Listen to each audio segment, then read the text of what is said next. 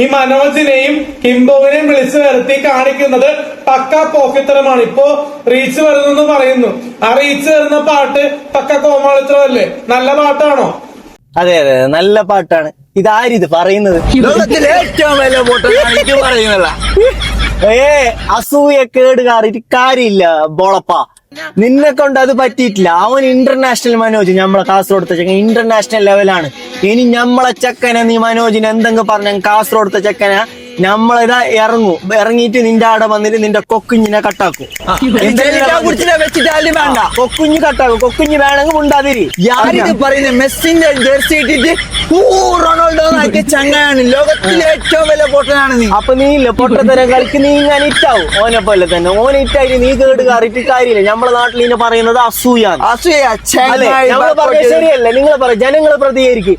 ഈ മനോജ് അർജന്റീന പാട്ട് കഴിഞ്ഞ് ഓനെന്ത് ഇത്ര കുരുപൊട്ടുന്ന AGP നിന്നോട് മര്യാദക്ക് പറഞ്ഞു. നിന്നെ കൊക്കുഞ്ഞു വേണമെങ്കിൽ ഉണ്ടാതിരിക്കാ.